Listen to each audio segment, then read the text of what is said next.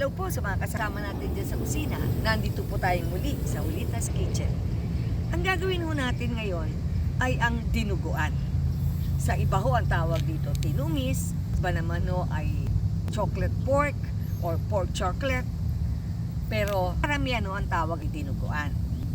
Sige, umpisahan na natin. Ito ang mga ingredients.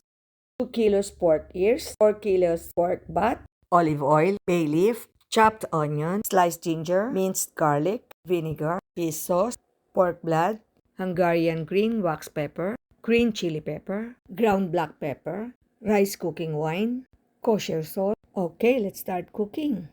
Pakuluan na natin ng tenga. Mga 20 minutes. Slice na natin ang pork butt. Aalisin natin ang mga taba.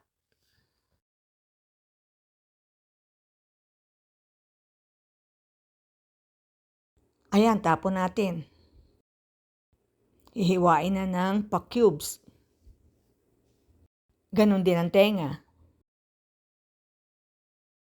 Papakulo tayo ng tubig at pakukuluan ng minsan lang ang laman. Alis ang mga natitira pang taba.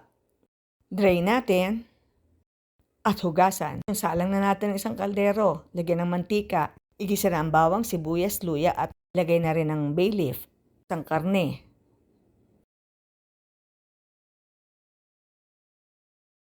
Timplahan na rin ng rice cooking wine, patis, ilagay na rin ang tenga. Lagyan ng konting tubig, haluin at pakuluin. Malambot na, ilagay na ang dugo. Pakuluan ulit.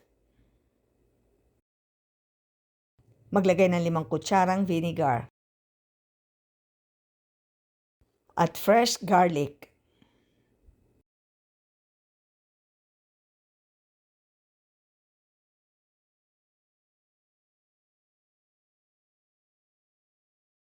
Ihalo na ang suka na may garlic.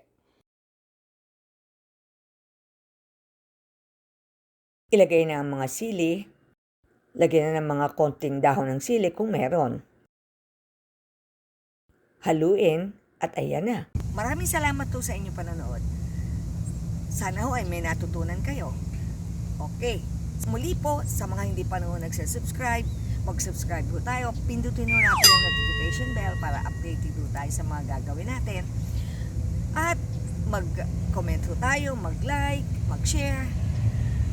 Pero ang susunod ho natin dito ay ang kapartner ng dinuguan, ang puto. So see you next vlog. Tungkol sa puto. Bye-bye!